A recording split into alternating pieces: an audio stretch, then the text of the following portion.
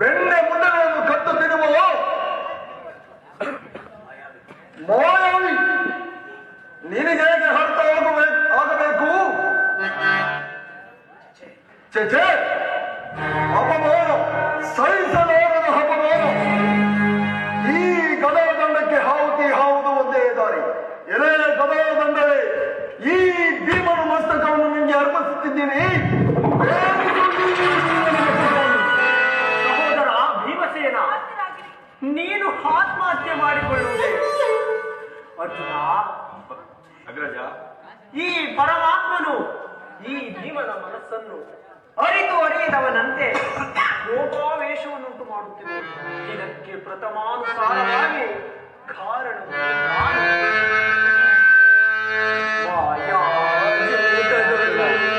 ಸಕಲ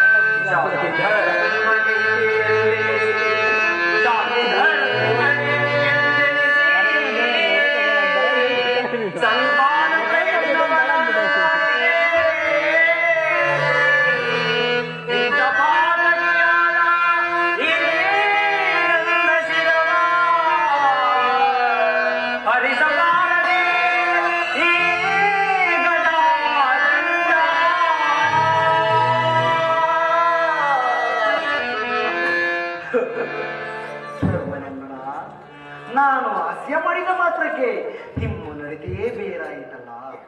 ಈ ಬಲಬಲದ ಭೀಮ ಪರಾಕ್ರಮವನ್ನು ನಾನು ಅರಿಯದವನೇ.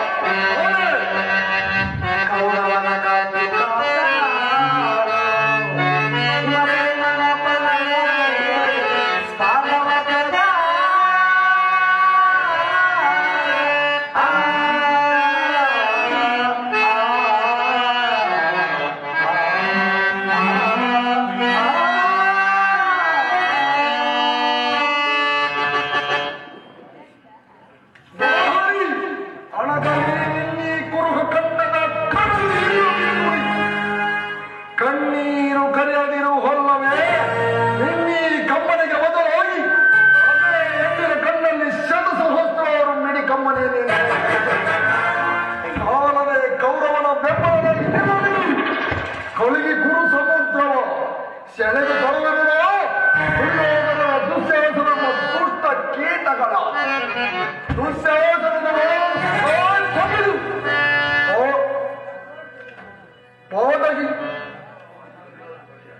ಹೋದಗಿ ದುರ್ಯೋಧನನು ತೊರೆಯಲು ಹುಡುಗುತ್ತಿ ದೃಪದ ಸುತೆ ಕಟ್ಟಿಸುವೆನು ಈ ನಿನ್ನ ಬಿರುಮುಡಿಯ ಪಡೆದಿರುವೆತೆಯ ನರಕ ಬರ್ದನೆ ಕೇಳನೆ ಮತ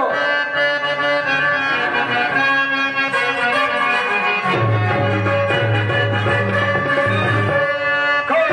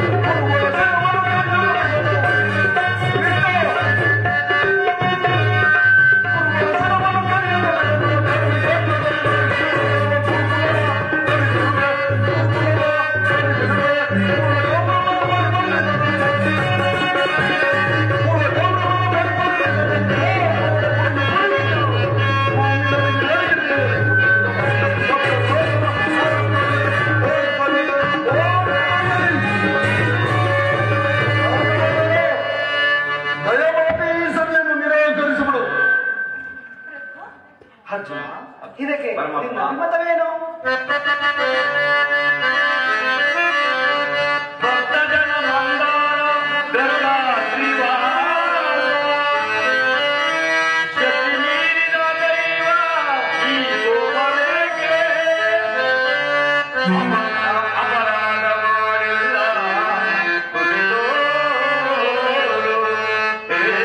ಶೇಷಶಲ್ಪಶಯನ ಕೃಷ್ಣ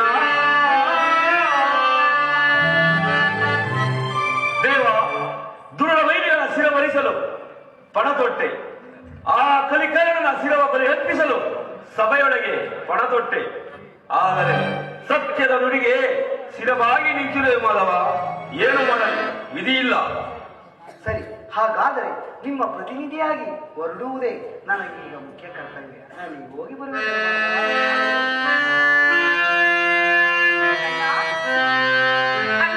ಓ ತಂಗಿ, ಮುಖ್ಯವಾಗಿ ನಿನ್ನನ್ನೇ ಮರೆತು ಬಿಟ್ಟಿದ್ದೆ ಅಲ್ಲ ತಂಗಿ. ಸಂಧಿಯ ವಿಚಾರದಲ್ಲಿ ನಿನ್ನ ಅಭಿಪ್ರಾಯವೇನು ತಂಗಿ?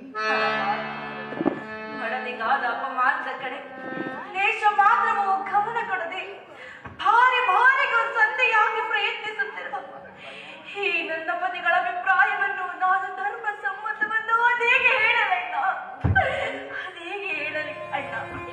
ಈ ನನ್ನ ಪತಿಗಳು ಬರೀ ಬಳ್ಳು ಪರಾಕ್ರಮಗಳಿಂದಲೇ ಕಾಲವನ್ನು ಕಳೆಯುತ್ತಿರುವರು. ಅಂದ ತುಂಬಿದ ರಾಜ್ಯಸಭೆಯಲ್ಲಿ ನನಗಾದ ಅಪಮಾನವನ್ನು ಮರೆತು ಸಂಧಿಗಾಗಿ ಪ್ರಯತ್ನಿಸುತ್ತಿರುವರಣ್ಣ, ಸಂಧಿಗಾಗಿ ಪ್ರಯತ್ನಿಸುತ್ತಿರುವರು ಅಣ್ಣ. ಎಷ್ಟಿಯಾಗಲಿ ಪಾಂಡವರು ಕೌರವರು ಒಂದೇ ಅಲ್ಲವೇ ಅಣ್ಣ? ಇವರ ಅನ್ಯಯೂ ನನಗೆ ಬೇಡ. ನನ್ನ ತಂದೆಯ ಒಂದು ಅಕ್ಷಾಣಿ ಸೈನ್ಯದಳವನ್ನು ಕಳೆದುಕೊಂಡು ನನ್ನ ಪುತ್ರರಾದ ಅಭಿಮನ್ಯು ಘಟೋದ್ಗಜರನ್ನು ಕರೆದುಕೊಂಡು ನಾನೇ ರಂಗಕ್ಕೆ ಸಾರಿ ಲೋಕವನ್ನು ತಾಳಿ ಈ ನನ್ನ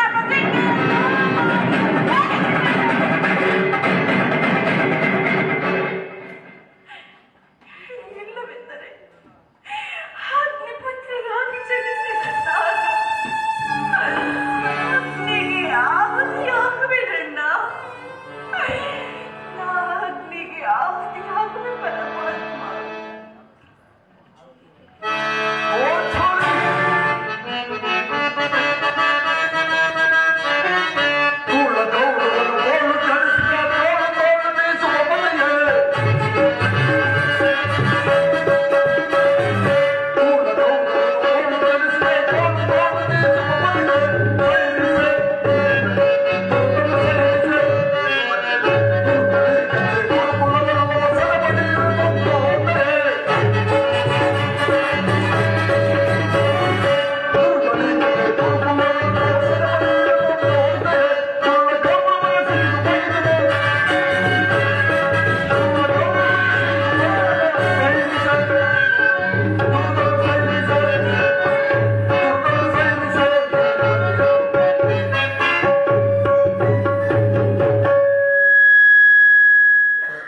ಮರ್ದಿನ ಪೌಂಚಾಲಿಯ ಪಂಥ